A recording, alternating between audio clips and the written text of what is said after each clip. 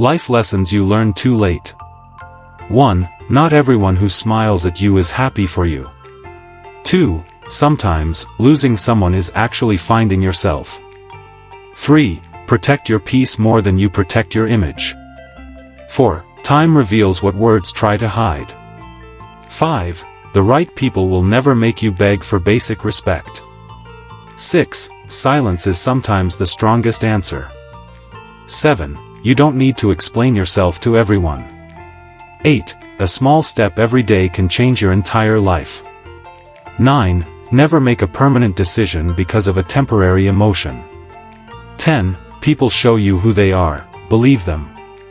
11. Your value doesn't decrease because someone fails to recognize it. 12. The older you get, the more you realize that peace is priceless. 13. Don't chase people who are comfortable losing you. 14. Some endings are blessings disguised as heartbreak. 15. What you tolerate teaches people how to treat you. 16. Your future needs your attention more than your past needs your regret. 17. Sometimes, the lesson is more valuable than the person you lost. 18. Stop comparing your chapter 1 with someone else's chapter 20.